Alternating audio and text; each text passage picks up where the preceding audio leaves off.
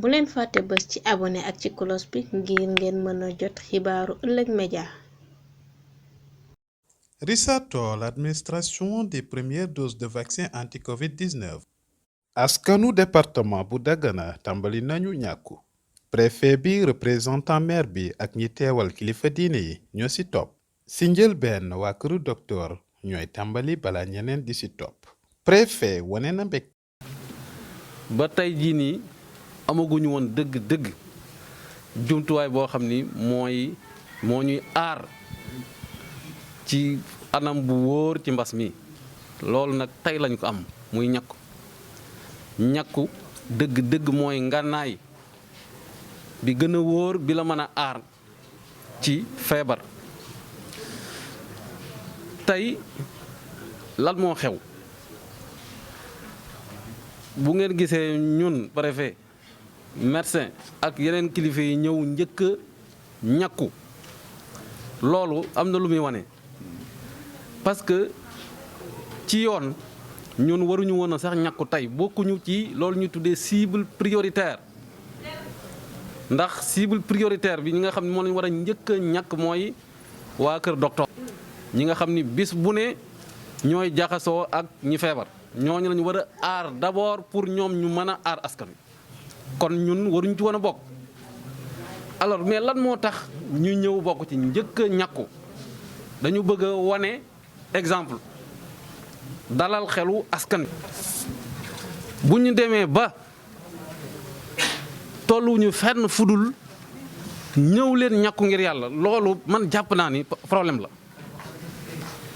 ndax man li ma doon xaar mooy ñu ni ñàkku yi ñëw na dëkk bi yëpp ba màbb wuti hôpital pour ñu ñàkk leen nañ ma ñàkk nañ ñu ñàkk loolu laa doon xaar loolu mooy ci sama gis-gis attitude bi gën a wóor bi gën a dal xel mais bu ñu nekkee fii naan dañuy dalal xelu askan wi pour ñu ñëw ñàkk loolu problème la man jàpp naa loolu problème la kon askan wi une fois de plus lii bu doon loree kilifa yi ñoo koy njëkk a bañ kilifa yi wax dëgg yàlla mënu seen téeméeri xel mënul xalaat indi loo xam ne day lor askan wi déedéet état li ko tax a jóg mooy dalal xelu askan wi aar askan wi kon lépp lu ñu fi indi rek day fekk mu nekk lu mucc ayib loo xam ni saytu nañ ko borom xam-xam yi gëstu nañ ko ba gis ni lii lu wér te wóor la luy aar askan wi ñu soog ko dugal ci réew mi. médecin chef bu district de Richard-Toll moo ngi dalal xel yi te woo askan wi ci ñàkku bi. En premier lieu, le préfet a eu à prendre sa première dose pour montrer l'exemple que c'est un vaccin qui est efficace et sûr et qui peut protéger les populations contre cette pandémie qui est le coronavirus donc, au niveau de notre zone. Et ça en est suivi également donc, la vaccination des autres autorités, y compris moi-même le médecin-chef donc, de district. Donc je pense que c'est un exemple fort que nous avons lancé aux populations pour leur dire que nous voulons protéger les populations contre cette pandémie. Nous tenons à remercier la présence de tout le monde et nous pensons que la communication va continuer pour pouvoir atteindre peut-être les objectifs par rapport à la vaccination. Les objectifs de couverture qui doivent atteindre 90% des populations au moins doivent être couverts par la vaccination. Et pour ce faire maintenant, il faut vacciner tout le monde. Maintenant, en premier lieu, la stratégie était de vacciner d'abord le personnel de santé, qui est le personnel de première ligne. Après le personnel de santé, maintenant, il faudra vacciner également les sujets qui sont âgés de 60 ans et plus et les personnes qui sont vulnérables. Mais vulnérables, ça veut dire qu'ils dépassent 19 ans et plus, qui ont une comorbidité, par exemple l'hypertension artérielle, le diabète, l'asthme ou bien les autres maladies comme l'insuffisance rénale, le cancer, etc., la drépanocytose. Maintenant, aujourd'hui, nous allons continuer à vacciner le personnel sanitaire. Maintenant, les jours à venir, on va voir, en fonction de la disponibilité des intrants que nous avons,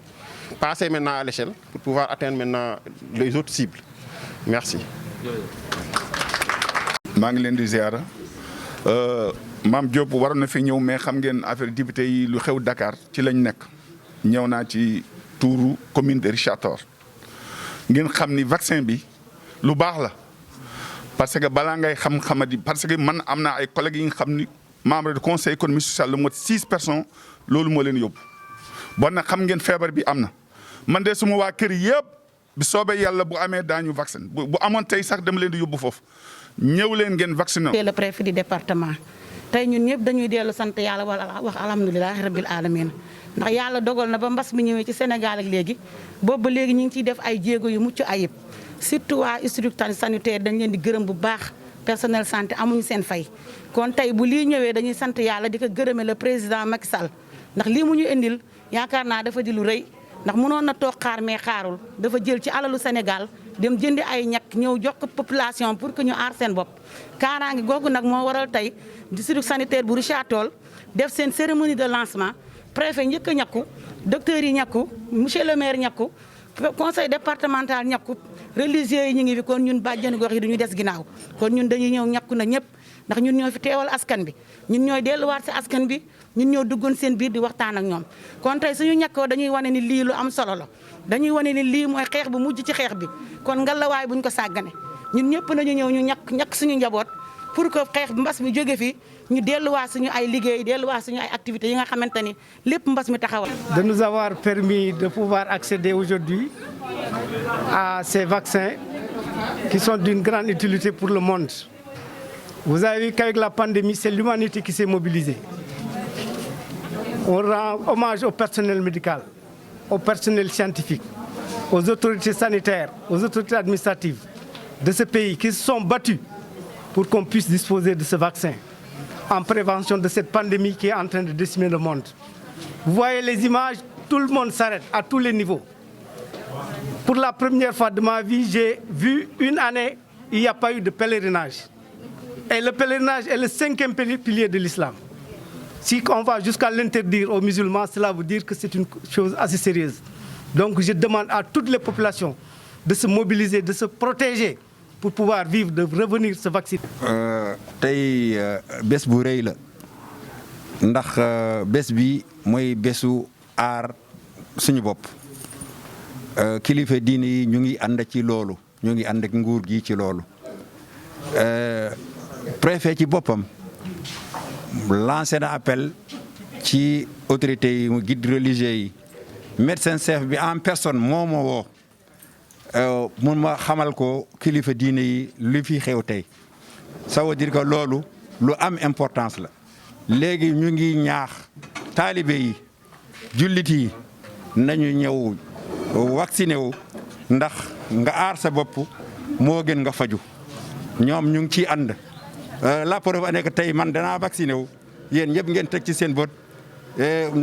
dafa am ñi nga xam ne dañu tukki mooy Thierno Yaaya ak Thierno Moussa yaram bi dafa sutante ñu naa leen représenté fii bu dul woon loolu ñoom ñooy ñëw fii vacciné wu ci seen kanam man nag danaa vacciné wu ci seen kanam mu wane ne image de marque bi nga xam ne mooy autorité religieux yi. bu leen fàtte bës ci abonné ak ci cloche bi ngir ngeen mën a jot xibaaru ëllëg média. Audio Jungle.